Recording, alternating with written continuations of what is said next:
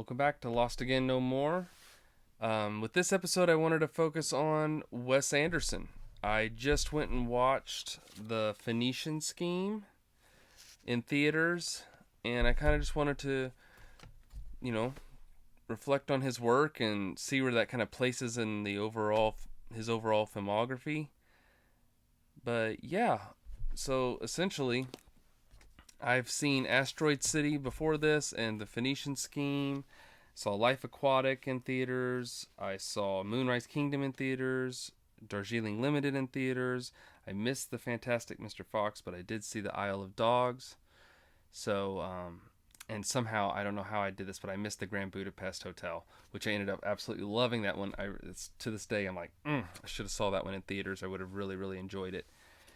But yeah, to just give a kind of a brief review of the Phoenician Scheme, because like I said with this, I'm not going to give away a whole lot of plot or what I think the plot's about or themes necessarily. I'm just going to be like whether I really enjoyed it or not, whether it's worth seeking out. And to be honest with you, the Phoenician Scheme, I liked more than Asteroid City. I've liked more than Moonrise Kingdom, a couple of them, but to this day, there has not been, in my opinion, for Wes Anderson, my favorite of his is still Life Aquatic.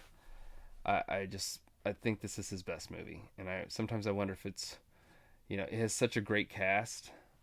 I mean, you got Kate Blanchett in there, Angelica Houston, Willem Dafoe, Jeff Goldblum, and the story. He never. I don't think he ever wrote anything with Noah Burbach again, but he went on to be a really big director. He was already a director, but he had a new Marriage Story with Scarlett Johansson and Adam Driver, and he helped write the Barbie movie with his current wife, Greta Gerwig. I believe that's how you say your last name. So it's like everybody went on to do bigger and better things. I like the Phoenician Scheme.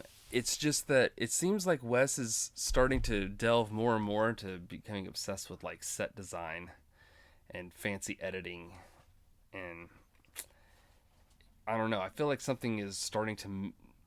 It's like his work is getting diluted, if that makes any sense, and that sucks. But it's also kind of, I think, a normal thing with directors. They're not always going to make masterpiece after masterpiece. I mean, some kind of do, but like Wong Kar Wai or Christoph Kieslowski or Stanley Kubrick. The bar is always super high, but I feel like a lot of them kind of bounce into different genres where Wes is kind of hanging out in that um, comedy dramedy, I guess is what you call it, category, and he's other than the children's film like Fantastic Mr. Fox and Isle of Dogs, which I really enjoyed Isle of Dogs.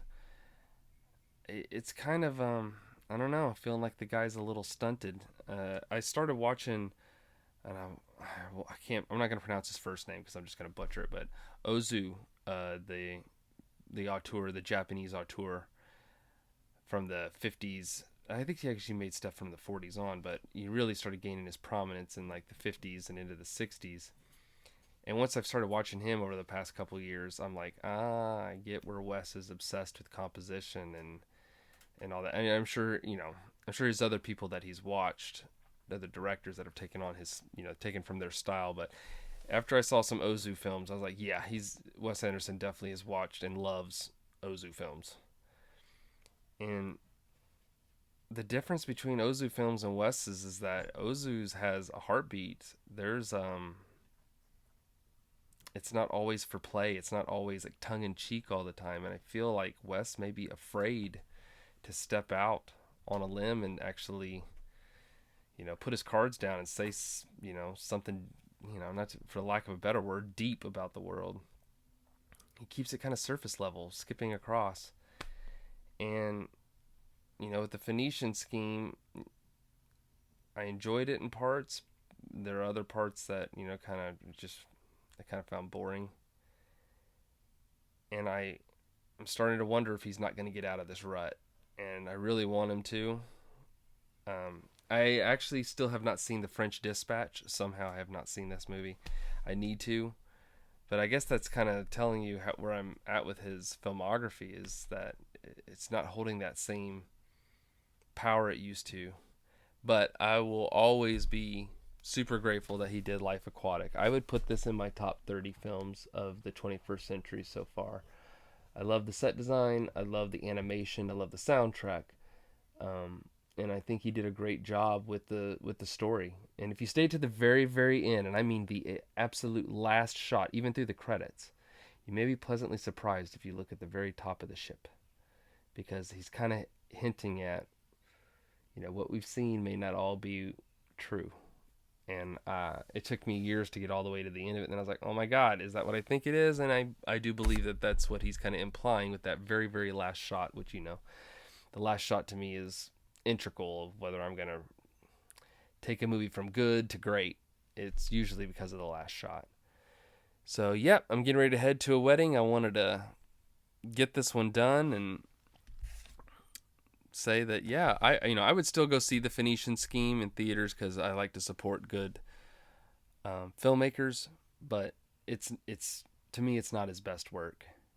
And this is from a guy that did like the Royal Tenenbaums. I just saw that place super high on the New York Times best films of the 21st century, and I really enjoyed Royal Tenenbaums until I saw Life Aquatic, and I just think Life Aquatic is a completely superior film. And that's just my opinion, though, and everyone's entitled to their own. But yeah, I wanted to highlight Wes and say that if you haven't seen his work, you really should. I've been let some people borrow Rushmore, so I don't have Rushmore. That's one of my other favorite ones. It's the first Jason Schwartzman movie I ever saw. I was like, who's this little punk? And he's gone on to have a great little career that I really enjoy a lot of his work. And yeah, the first film was Bottle Rocket too, if you ever want to see that. That was the one that Owen Wilson, it's like Owen Wilson's first film. They wrote it together, him and Wes Anderson. So, and Luke Wilson's in it, so it's kind of cool. The brothers are in it. So yeah, Wes has a lot of great films in his filmography that you should, seek out. And I think he's worthy of your time. I'm starting to wonder if this kind of late career films are just diluted a little bit and he needs to maybe refocus. I think it'd be insane if he did a murder mystery type movie or a real thriller where it's not tongue in cheek the whole time. Like he's actually this is a thriller, I'm trying to spook you. I would just be fascinated to see what he could do with that type of genre.